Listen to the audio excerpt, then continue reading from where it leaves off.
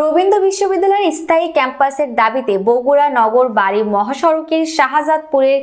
Basic বাস স্ট্যান্ডে সচেতন নাগরিক ফোরামের ব্যানারে মানববন্ধন ও বিক্ষোভ অনুষ্ঠিত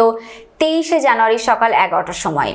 বক্তব্য রাখেন সচেতন নাগরিক ফোরামের আহ্বায়ক মির্জা হুমায়ুন, নাসিমউদ্দিন মালিথা স্মৃতি পরিষদের সাধারণ সম্পাদক আকারিয়া ইসলাম ঠান্ডু,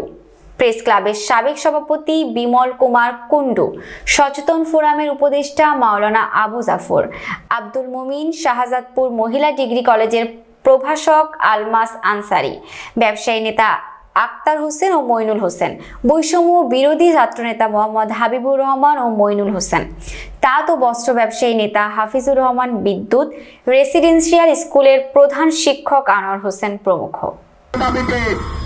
শাহজাদপুরের রবীন্দ্র বিশ্ববিদ্যালয় প্রতিষ্ঠার আন্দোলনের অগ্রনায়ক বাইতুল ইকমা মডেল স্কুল, তাফিজুল মডেল মাদ্রাসা যমুনা সেতুতে আমরা অবস্থান করে পুরো উত্তরবঙ্গকে অচল করার চেষ্টা করব ইনশাআল্লাহ।